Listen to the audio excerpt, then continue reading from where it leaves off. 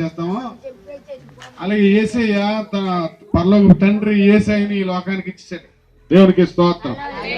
ఎందుకు ఇచ్చాడు అంటే ఆ మానవులు చేసినటువంటి పాపం యావత్తు కూడా ఆయన రక్తం సిందించాలి కాబట్టి ఆయనని ఈ లోకంలోని పంపించాడు. ఆయన సిలువేస్తారని తండ్రికి తెలుసు, ఆయన చంపేస్తారని తెలుసు. అయినప్పటికీ కూడా ఆయన రక్తం చిందిస్తే గాని నీ పాపానికి నా పాపానికి విమోచన లేదు కాబట్టి యేసు ఏం చేశాడంటే ఈ లోకానికి ఆ కన్య మరియ గర్భములో చిన్ని బాలుడుగా చిన్ని కుమారుగా యేసయ్య ఈ లోకానికి వచ్చాడు. దేవునికి స్తోత్రం కలుగును. హల్లెలూయా.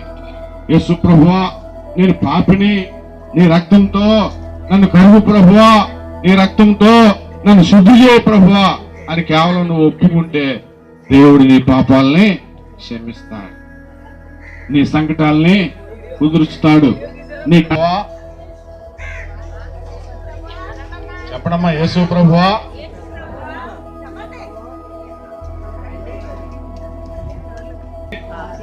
నా పాపాలు క్షమించండి. యేసు ప్రభువా, నేను పాపిని, నా పాపాలు క్షమించండి.